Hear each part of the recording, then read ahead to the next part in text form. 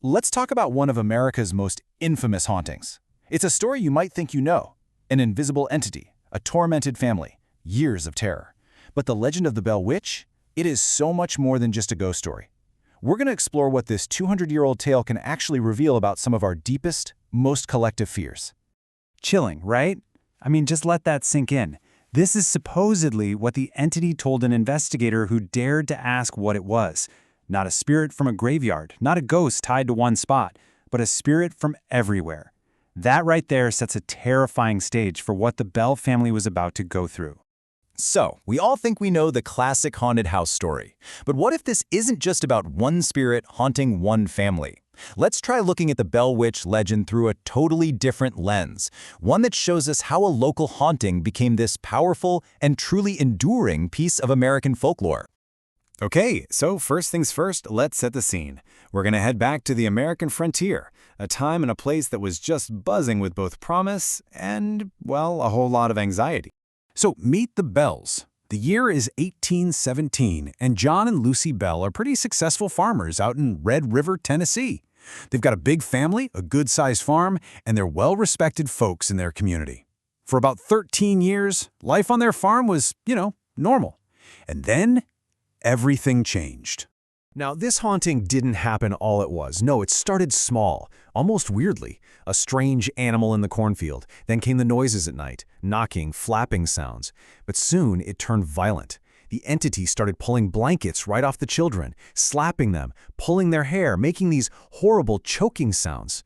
And eventually, it learned to speak. And it seemed to save its absolute worst torment for young Betsy and her father, John. The whole terrifying ordeal came to a head in 1820 with John Bell's death, something the entity actually gleefully took credit for. It's a completely terrifying tale, no question. But to really understand why it has such a grip on us, we've got to look beyond the jump scares. There's actually a modern academic framework that can help us see what's really being built in this story. You see, scholars today are looking at stories just like this one, not just as paranormal accounts, but as a very specific genre, one that tells us a whole lot about the culture that created them.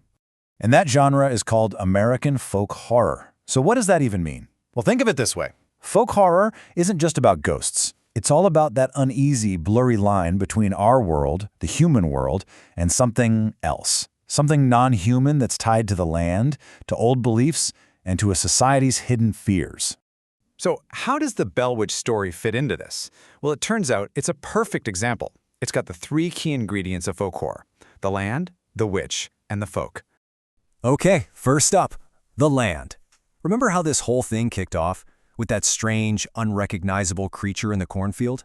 And here's a crucial detail. The Bell farm was right near a disturbed Native American burial ground. This really gets at a core anxiety of folk horror. The fear that settlers had of a landscape they saw as totally alien and hostile, a land that had a history that wasn't theirs. Next, we have the witch. Now, it is no accident that the torment was centered on Betsy, a girl who was right on the edge of womanhood. And when the spirit finally decided to give itself a name, what did it choose? Kate Batts, a local woman who was considered strange, eccentric. You see, folk horror often takes a community's anxieties about power and gender and social norms and projects them all onto a female figure, the witch. And finally, and this part is so important, we have the folk. The Bell haunting wasn't some dark family secret. Oh no, the whole community got involved. They formed committees, held investigations.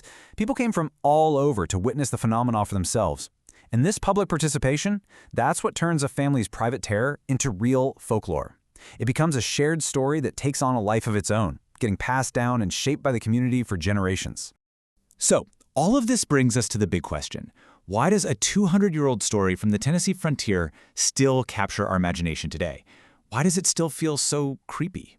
It's because when you look at it through the lens of folk horror, the Bell Witch haunting stops being just a spooky campfire tale. It becomes a mirror, reflecting the deep-seated anxieties of a young nation. Fears about the untamed land they were trying to settle, fears about keeping social order, and fears about these powerful forces they just could not control. And, that leaves us with a pretty fascinating question. If the Bell Witch story tells us so much about the fears of the American frontier, what are the horror stories we tell today? You know, the ones about rogue AI, about pandemics, or just that feeling of cosmic dread. What do they reveal about our own deepest collective anxieties? Definitely something to think about.